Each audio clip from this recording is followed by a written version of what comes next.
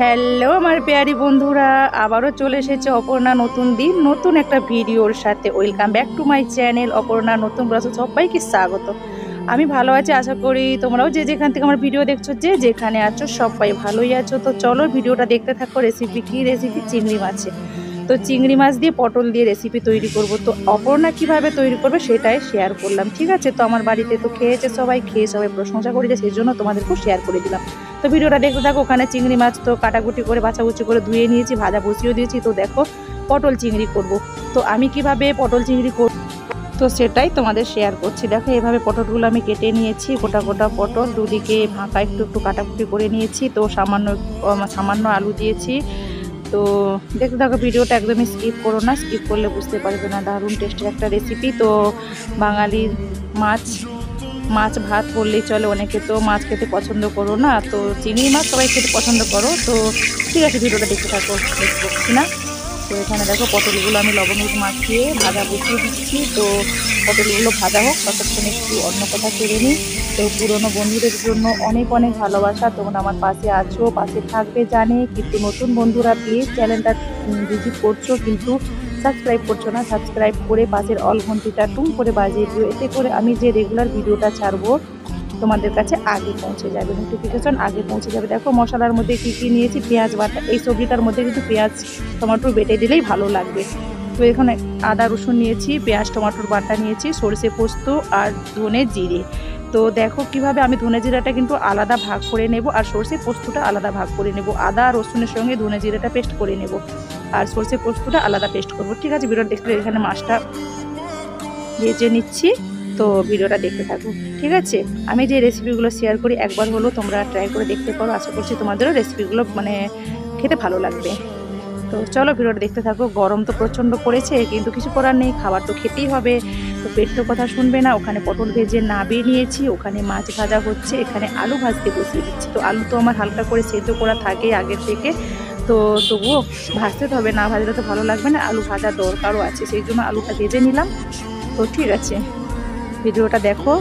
আর এখানে দেখো ফোড়নের মধ্যে দিচ্ছি তেজপাতা আর কালো জিরে।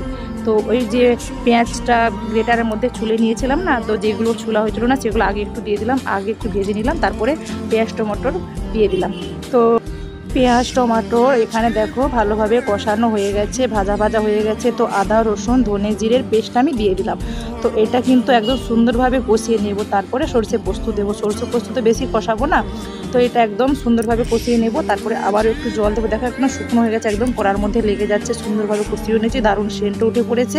তো এরপরে আমি সরষে পোস্তটা দিয়ে দেবো। সরষে পোস্ত কিন্তু সেভাবে কষবো না, যেহেতু পোস্ত রয়েছে, সরষেটা কষানো যায়, পোস্ত কিন্তু বেশি কষানো যায় না। তো সেই জন্য হালকা করে কষে দেখো, আবার একটু জল দিলাম, জল দিয়ে কষিয়ে নিচ্ছি। এখানে লঙ্কা হলুদ, তো লঙ্কা পাউডার যতটা লাগবে তো তোমাদের হিসেব মতো দিও, আমাদের হিসেব মতো আমি দিয়ে দিয়েছি। তো হলুদ দিয়ে দিলাম। তো এটাকেও সুন্দরভাবে কষিয়ে নেবো। তো সামান্য জল দিয়েই কষাবো, যেহেতু মশলাটা লেগে যাচ্ছে কড়ার মধ্যে। তো চলো দেখো ভিডিওটা। তো দেখতেই পাচ্ছ মশলা আমার কষানো প্রায় হয়ে গেছে। তো স্বাদ মতো লবণ দিয়ে দেব। তো এতক্ষণ লবণ দিয়েছিলাম না, পটলে লবণ মাখানো ছিল, তো আর আলুটাও হচ্ছে লবণ দিয়ে সেদ্ধ করা ছিল, তো একটু লবণ দিয়ে দিলাম। তো আবারও সামান্য জল দিয়ে দিলাম। তো তারপরে আলু পটলটা দিয়ে দেবো। তো আলু পটলটাও একটু কষিয়ে নেব।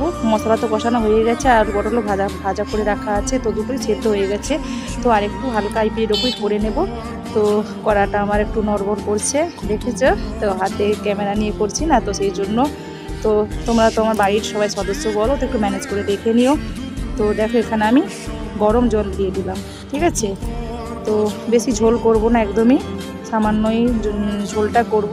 তো যতটা ঝোল রাখবো না, খাওয়ার সময় টেনে নিয়েছিল, একটু গাঢ় গাঢ় হয়ে গিয়েছিল।